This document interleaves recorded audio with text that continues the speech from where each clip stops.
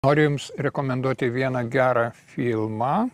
Jis angliškai vadinasi Touching the Void. Čia kontekstas, kad aš užsivedžiau ir pradėjau žiūrėti daug video apie alpinizmą. Man šitą temą šiaip seniai rūpėjo, bet dabar vėl grįžo.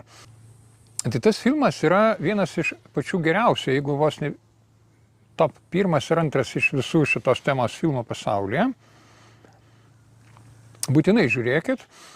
Aš neatskleisiu turinio, kad jūs neprarastumėt malonumo žiūrėdami, bet aš pasakysiu kelias pamokas ir įžvalgas, kurios atėjo man po to filmo žiūrėjimo.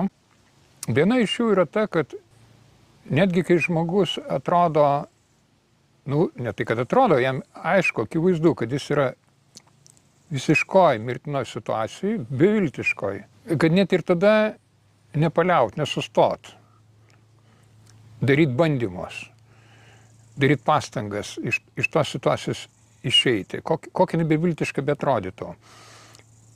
Čia tiesą sakant, kaip pasakė Brian Tracy labai gerą patarimą, act boldly, veik drąsiai, ryžtingai, and unseen forces will come up to your help. Ir nematomos jėgos ateis tavo pagalba.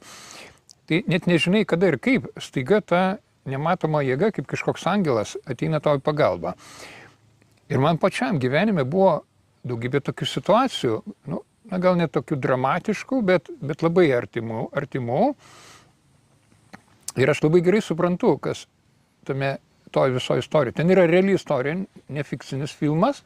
Toliau antras momentas, kad labai primena japonų kaizen metodą, tai yra gradualų, kasdienį tobulėjimą mažais žingsneliais. Tai yra tam tikrų situacijų ir tam filme apie tai yra, kad ir labai mažas progresas, galima taip sakyti, paradoksas, bet galima sakyti, atsiperka labiau negu orientacija į kažkokį didžiulį tikslą.